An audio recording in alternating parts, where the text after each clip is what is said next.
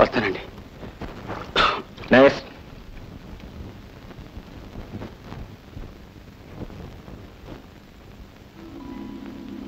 Sir మీరా? ఏమిటి sir మీరు ఎక్కడికి వచ్చారేంటి? నేను పేషెంట్నే బాబు. అదేమిటి సార్ ఫోన్ చేస్తే నేనే వచ్చామనిగా. ఎవరి దగ్గరికి వస్తే ఏముందిలే బాబు, ఆ గౌరవం ఉంటే చాలు అంతే. చెప్పండి సార్, స్వప్న ఎలా ఉంది?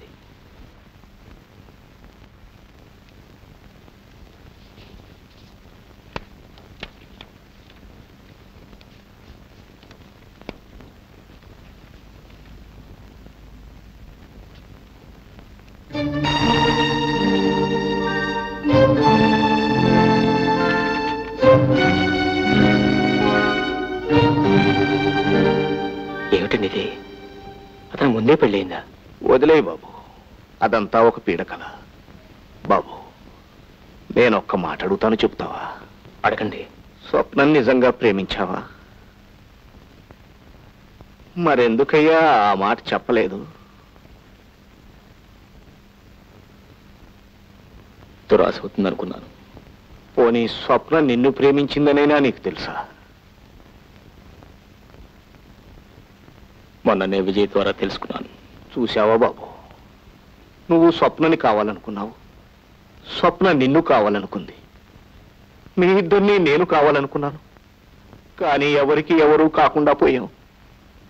అయినా ఇప్పటికీ ఒకరికి ఒకరు ఉన్నారనే అనుకుంటాను. బహుశా నీకోసమే ఇంకా స్వప్నగా మిగిలిపోయిందనుకుంటాను. బాబు జరిగిన పొరపాటంతా నాది.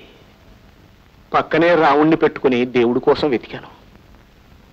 ఈ రాముడే నా స్వప్నకు ఉన్న దేవుడని తెలుసుకోలేకపోయాను.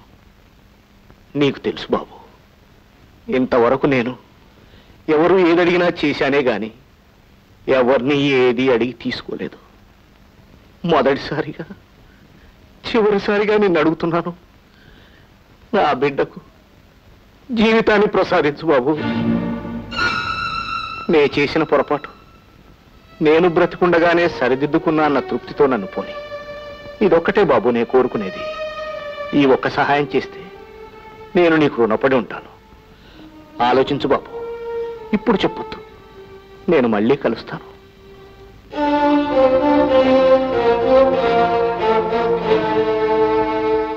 బాగుంది, చాలా బాగుంది.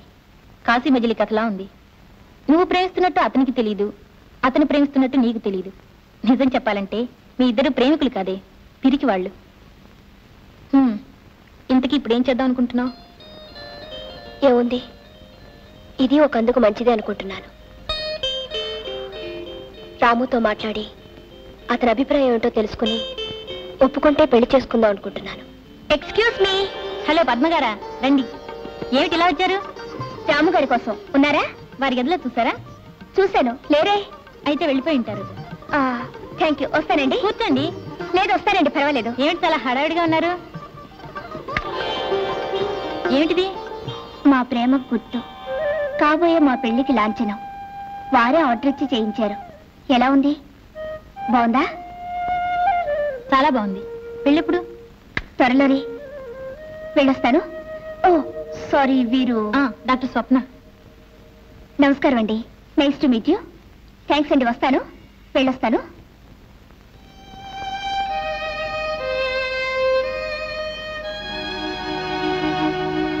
ఏమిటి ఎందుకులా అయిపోయావు? నీ జీవితం ఏమిటో కానీ ఎప్పుడూ నువ్వు రైలు వెళ్ళిపోయిన తర్వాతనే ప్లాట్ఫామ్ మీదకి వస్తావు. ఆ పిల్ల పద్మ మానసికంగా దెబ్బతింది. నిజం చెప్పాలంటే చచ్చిపోవలసింది. ఆ అమ్మాయిని మనిషిని చేయడానికి రాముడు ప్రాణం పోశాడు, మనసిచ్చాడు. ఇప్పుడు వాళ్ళిద్దరూ పెళ్లి చేసుకోబోతున్నారు. చెప్పు, ఇప్పుడేం చేయాలనుకుంటున్నావు?